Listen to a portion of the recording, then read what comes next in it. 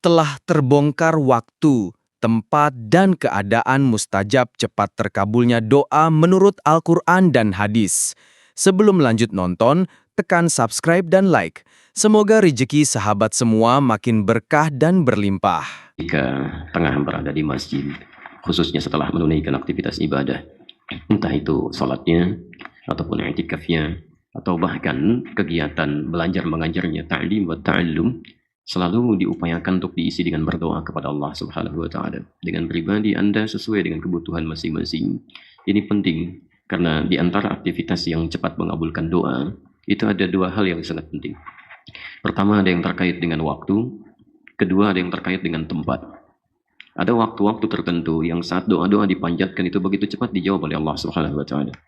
Misal, kan, di antara waktu-waktu yang sering bahkan disebutkan di Quran, ya, misal kita temukan waktu menjelang fajar, itu langsung disebutkan di Quran. Ya, cepat sekali diijabahnya. Bahkan ini yang paling menarik. Kalaupun Anda mendapati waktunya singkat, tapi permohonan Anda cukup banyak, gitu kan. Quran memberikan isyarat, perbanyak aja istighfar, gitu. Istighfar itu bisa ditemukan misalnya di Quran surah ke-51 ayat 18, ya. Posisi paling kanan di pertengahan. Wabil asharihum yastaghfirun. Ada orang-orang yang menjelang fajar, ya, setelah dia tahajud, dia tunggu-tunggu sebentar lagi adzan. Waktunya sangat sempit, kan? Dia perbanyak istighfar. Karena waktu menjelang fajar itu disebutkan di hadis qudsi, itu Allah bentangkan rahmatnya ke langit dunia, kan? Ya ibadi, hei hambaku, kata Allah, siapa di antara kalian meminta kepadaku, aku berikan. Yang memohon aku kabulkan. Man istaghfara li ghafartu lah. Dan siapa yang beristighfar kepadaku, aku akan ampuni dosanya. Nah, ini rumus yang pernah disampaikan oleh Nabi Nuh alaihi salam di Quran surah ke-71 ayat 10 sampai ayat 14. Ketika umatnya banyak persoalan dalam hidup mereka, banyak salahnya, banyak kelirunya, kan?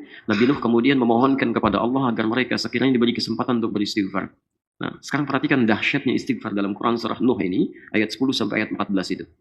Misalnya teruskan sampai ayat 14-nya supaya karunia-Nya banyak didapatkan. Faqultu astaghfiru rabbakum.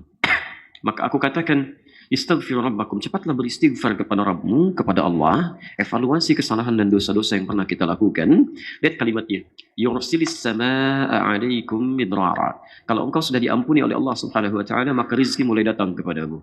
Ya, tumbuh-tumbuhan, kebun-kebun yang mungkin tidak panen, Allah turunkan air dari langit, dihidupkan kembali. Wa yumdidkum bi amwalin. Bahkan orang-orang yang hartanya terhambat dengan beristighfar kepada Allah, barangkali terhambatnya rezeki datang karena Anda sering maksiat.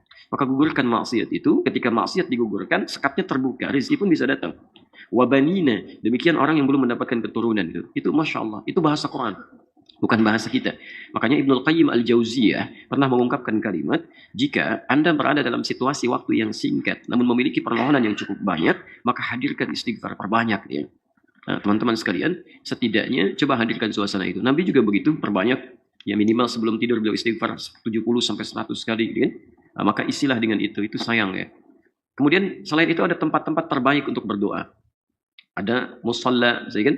Quran surah kedua Al-Baqarah ayat 125. Bahkan di masjid ada musalla. Ada, ya.